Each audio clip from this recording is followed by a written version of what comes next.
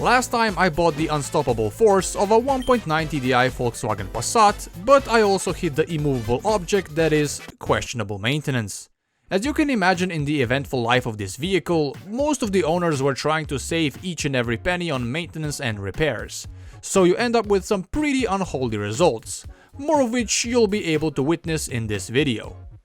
When we left off last time, the car had a permanent airbag light on, which is supposedly a bad airbag module. I got a brand used part off eBay, so hopefully all I need to do is just swap it out. It's time to start pulling out all these 20-year-old plastics and hoping none of them breaks.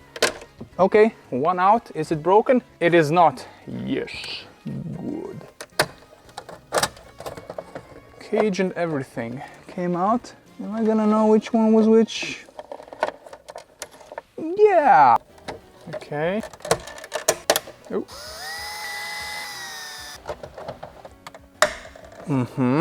Congratulations to the guy who tightened it that much. Ha! Well, it turns out this was rather simple. You just have to pull this adapter out, and then this just slides out. It doesn't just slide out, you have to be a little bit fiddly with it, but there we go. Now we have access to all 3 bolts. However, before I do that, I'm just gonna unplug the battery because I'm not a big fan of... I don't want an airbag to blow my shit off smooth. Ooh, there's more coins. There we go. Apparently has never been opened. It's either Greek or Macedonian. Someone let me know. There's a toothpick which changes everything. And here is the new one. I think the codes are identical, should be from what I've seen. Now just hook this up as it was. Remember, the battery is disconnected, so this will not kill me immediately. Hooking up the battery in 3, 2, 1. Is anybody dead? Okay. No, it's still there. I cleared the codes, and after a little while the light still comes on when you turn the ignition on, but then it shuts off like it's intended. So I think we fixed it. I'm just gonna assemble this and be right back. It's whatever. Okay, that's done. The next thing I needed to handle was the tow hook. You see, this is more of a legal than a mechanical issue. The car has a tow hook installed and wired in, but that is a modification and should be noted in the homologation paper, which the previous owner lost. I got a duplicate made, but it doesn't contain a tow hook, supposedly because back in the day they didn't have a database for such things, so that now makes the tow hook illegal. I could go through the process to legalize it again, but I would have to bother the manufacturer for paperwork of something they sold some 20 years ago, so it would be much easier and cheaper to just take it off. I don't know, in the future I can put it back on and legalize it, but right now I just don't want to bother. Moment of truth, did it get stuck? No, it didn't, because it's a Steely and they... Ooh! New brakes! Holy moly! Disc, caliper and pads. Very nice. Oh, they're bigger here. Ah, funny. Okay. God forbid somebody actually put some effort into this.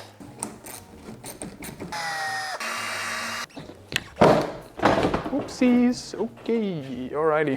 Alright, so a little bit of a change of plans here. So, apparently this tow hook replaces the original hangers for the bumper bar, because this is the original bumper bar, but this is like it's bolted to the tow hook, and the people who did the conversion, obviously they didn't like store the old ones, or at least maybe they did, but the car switched hands so many times they're not here. There's a couple options now. Either I try to get this tow hook legalized, or I buy new/used hangers. Either way, it's gonna cost me a little bit. I just need to figure out what's gonna be the simplest. We'll leave this as it is and we'll do something else now. With all the stuff we did in the previous video, I think it will be fitting to do a little service. And like last time, Trotto came in clutch with the supplies, and they're also sponsoring the video. Trotto is an online auto parts retailer with a massive selection of parts, tools and accessories for pretty much any car you can think of. It's super easy to find exactly what you need, either by entering your car's make, model and engine code or searching directly by part number. Okay, if we look into the box of goodies, the first thing that we're gonna do today is gonna be the oil change. But first we're gonna have to drain it. Here comes Georgie. Oh wait, I forgot. I should just do this. It's a 19. Okay. They didn't give it too much beans, that's a good sign. Why is it so hard to undo it? Did somebody cross-thread this? Did somebody do such a thing? Why is it so hard? That's what she said. Yeah, that's what I said as well, but I'm not very happy about the situation, unlike her. There are all kinds of fiddles that could happen when you're working on a car like this. Somebody cross-threading the oil release plug is not very uncommon, unfortunately. Wonderful. Okay, well, we'll let that drain for now. Brand new. Somebody did something here. It doesn't go as easy as it should, so I don't want to know what they did. And I'm not gonna fucking wonder either. I'm just gonna put this in and tighten it and accept it. Something like this. If it leaks, you can always give it a little bit more beans. Okay, next thing is the filter. That lovely fellow. I would say little, but he is not little, so we have to put this necklace on him. Let's see how tight this is. Pretty tight. That's why you should always tighten it not too much. If you're gonna use something else than your hand, you have to have the feel for it. There we go.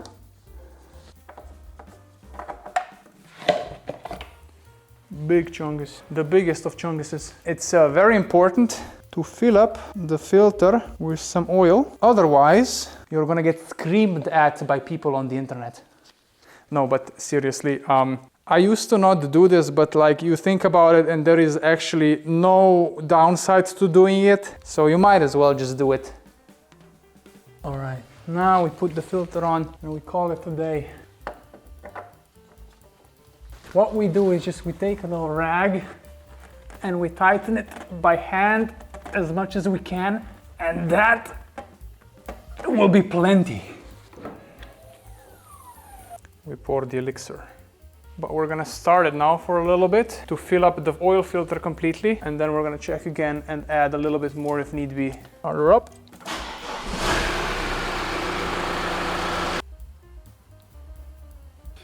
All right, it's full. Splendid. One of the cool things about Trotto is that they've always got weekly deals running on all kinds of parts and accessories. So if you're planning a service or a little project, it's worth checking what's on sale. The next thing on the menu is the fuel filter. It's a pretty big boy. Here he is. This is our man, this guy. I think we're gonna have to get this hose out of the way to get access to it. Remove the hose. All the hose will be destroyed and removed. There we go. Plenty of access. From what I've seen, you unscrew it. Again, if somebody tightened this too much, we're gonna have a whale of a time. We might have a whale. Okay, it's good. We did it. Okay, this should be full-ish. Okay, good. The thing is, why we filled this, because diesel is very, especially these older ones, mechanically injected ones, are very sensitive to air in the system. Now we just tighten this like before, as much as we can by hand. That should be good. The huzz. The huzz. Or pipe. What do you think is gonna happen? It'll go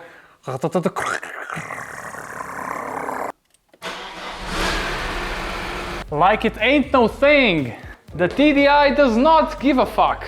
Splendid.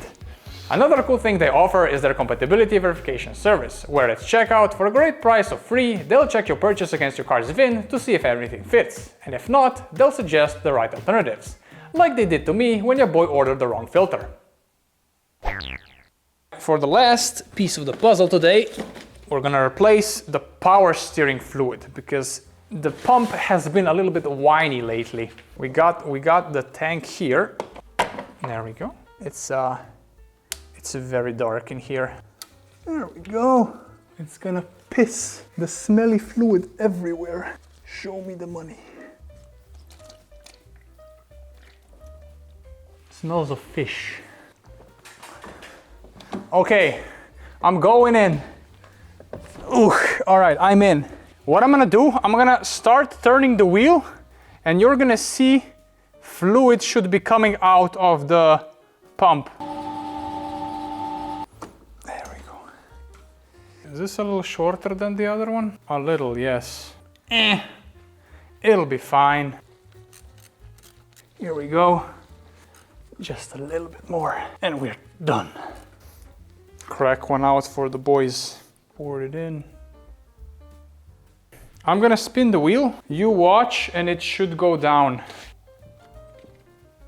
I guess the pump is not pumping, so okay. We're gonna start the car and we're gonna try bleeding it.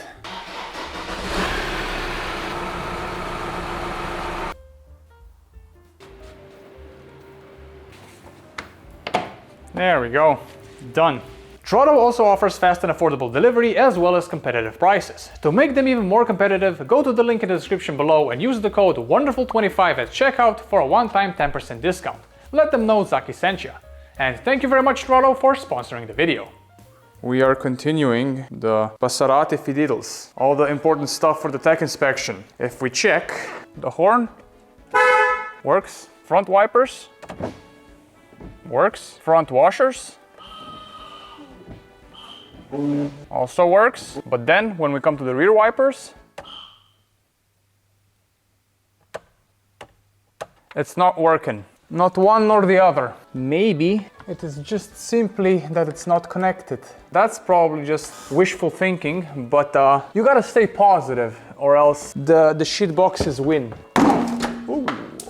Of course, it's rusty and it's been welded before and it's been done very poorly. All of that is very normal for Passats of this generation. The first thing we can do, we can check if we get power from this. Okay, they're all 12 volts.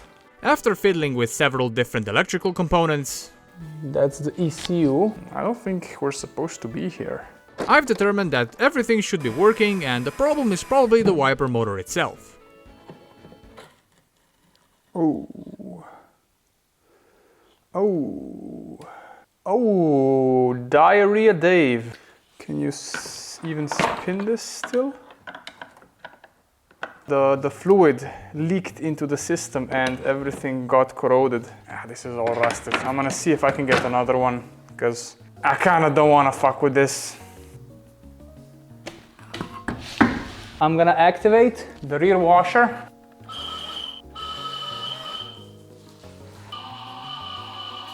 I was just making sure that the line is not disconnected anywhere in the way. Here is where the blockage was, inside here. So we'll replace this whole thing and it's gonna, both of those are gonna start working again.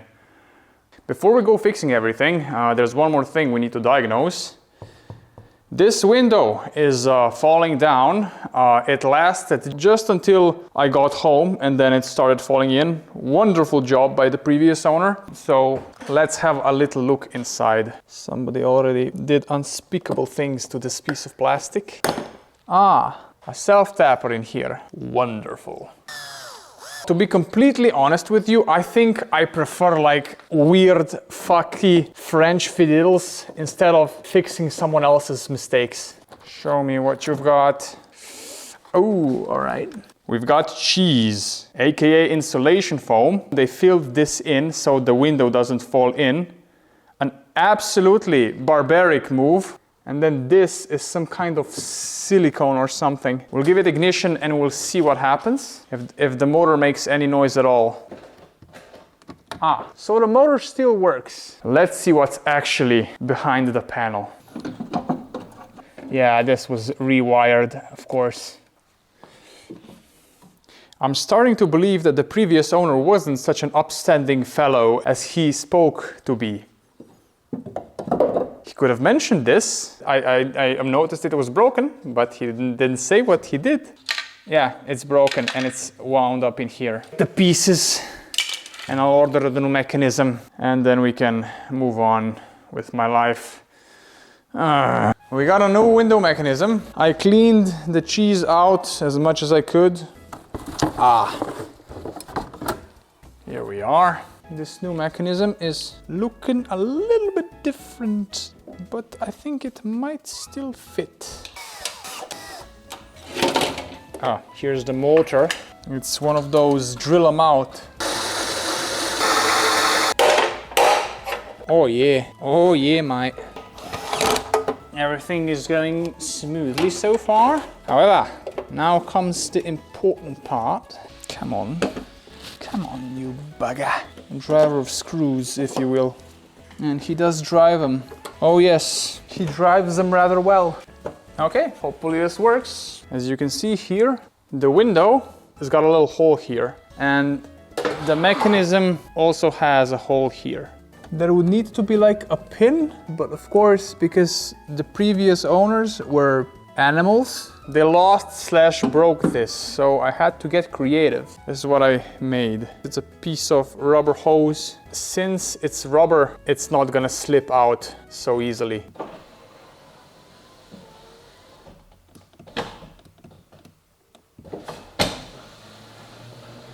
Something somewhere gets stuck somewhere. It fell out. It might be a bit too long. It's a wee bit shorter now. It's basically flush. Now let's hope, like people at Bethesda say, that it just works.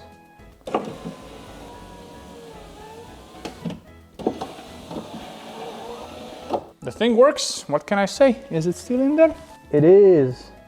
This might be a temporary/permanent fix, depending on how I'm feeling. Oh dear.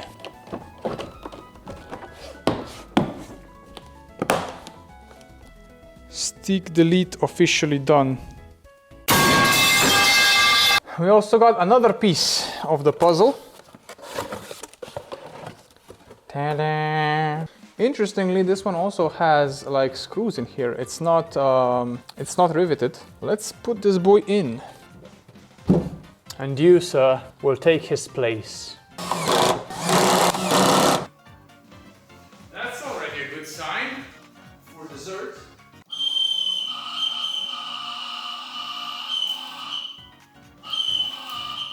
I'm imagining this will just fit also.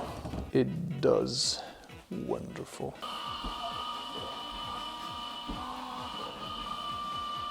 Before I completely seal this off, I'm gonna put some goop in here. I'm just gonna goop this up to the best of my abilities and hope it does something. The goop in question is this fluid film. I put it on the heater, so it's a little bit runnier now, so it can get all into the little cracks and crevices.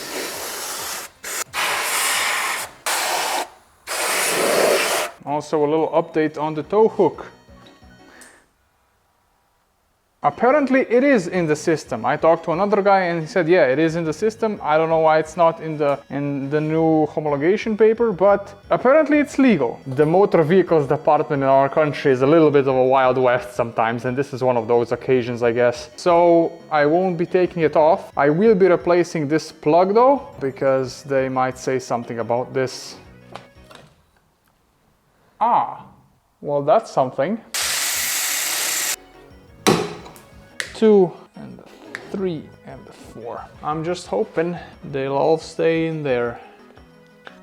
In a perfect world, I'm almost done. But this may not be a perfect world. Of course they're Phillips. Like, Phillips head screws are for toys, not for real shit. So I don't know why do they always put them everywhere. Looking good. That's it. Now we can just put the bumper back on and call it a day. With all that stuff taken care of, there is now just one little thingy that needs to be done. It's a problem that has developed itself or like showed itself recently. Unfortunately, it's in this area. If you can see, there's a little bit of fluid in there, and that fluid is diesel. That's because the injection pump started to leak. That is quite unfortunate because this tends to be quite a big job if you fuck it up. From what I've researched, there are a total of 3 gaskets, like 3 main gaskets on the pump. There's one here, and one here, and one here. And this rear one here, where this distributor block comes in, this one is the most difficult to remove. Technically, you can remove it by like sliding the block off just a little bit and squeezing it out, but if you fuck it up, some shims fall out and you have to get like the whole pump retuned. Because I think for me it's the main one, because here underneath it looks dry, but it's pulling up in here, so I'll only be replacing the upper one and this middle gasket, and I'll leave this one be for now. The battery is disconnected. I cleaned this up. We got clean rags. I cleaned the tools. I think we're ready. This is a special kind of boy. This is not a standard bolt head, which is why I went ahead and bought the special VP/VE socket set. We'll be using the medium one. It'd be a real prank if this didn't work. Are you fucking with me right now? Are you fucking for real? Now this should be better, right? Splendid. Here's hoping nothing goes wrong. I swear to God, if there's gonna be silicone in here, I'm gonna call up the previous owner and tell him some heated words.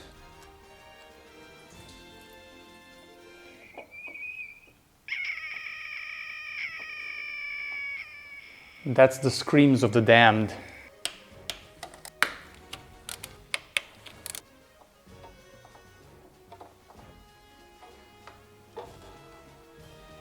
To be perfectly honest with you, it looks like the mating surfaces look good. Oh, looks nice and clean.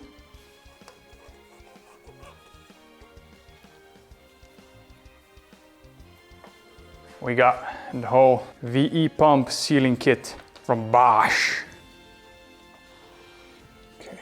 Supposedly we can put a little bit of diesel on it. The only hard part here is going to be getting this ball into that hole.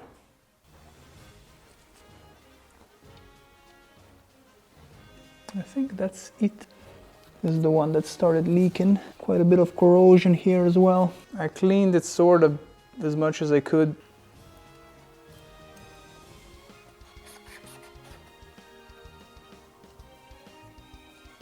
Let's assemble this sandwich. Our little special boy.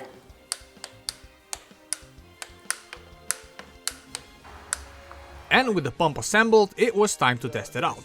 However, I did a classic blunder here. I was gaslit by my father that if I just crank it, it should just start, because supposedly these older V-dubs never had problems with losing prime. My experience from only working on common rails was telling me otherwise, and yet I tried it anyway.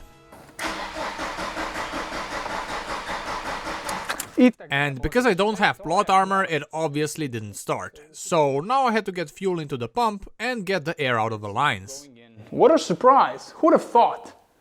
To get the air out, I tried a couple different things, gravity feeding it and using a manual vacuum pump, but none of those worked, so I had to bring out the big guns. This is an external diesel pump, and this is gonna pull diesel from the tank through the filter and into the injection pump.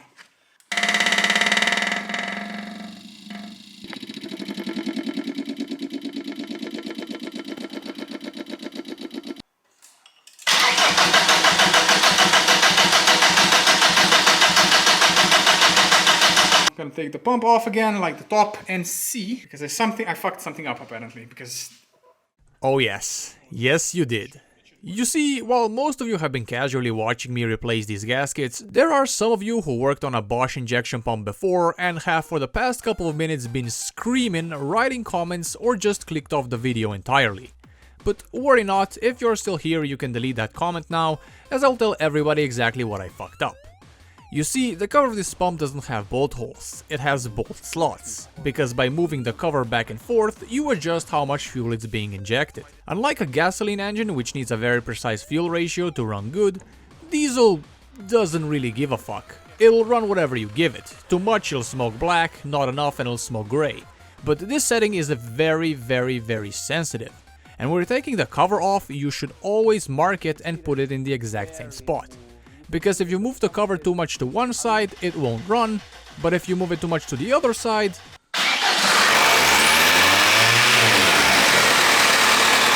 Luckily by then we already figured out what was going on and we adjusted it to be somewhere in the ballpark, and then the next day I would fine tune it.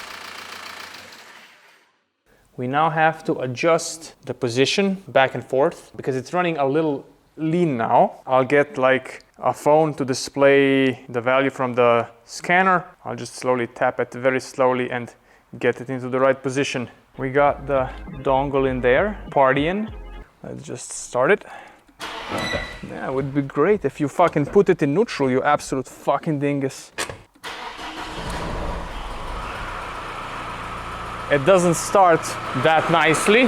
This is the injection volume, and it's a little too much. I mean, it's not too much. The engine thinks it's too much, so it's giving it less fuel.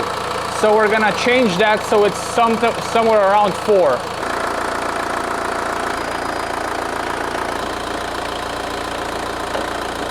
The number is now already down. It was 13 when we started, so we're getting there. That should be good now. I also want to see, because it felt really sluggish. I want to see how it does now. Ah, I think we're better. Oh yeah, we're immediately better. Oh yeah. Ooh! Now we got power. Oh yeah, this is what we were looking for. Splendid. Let's just turn it off. Start it. See how that goes.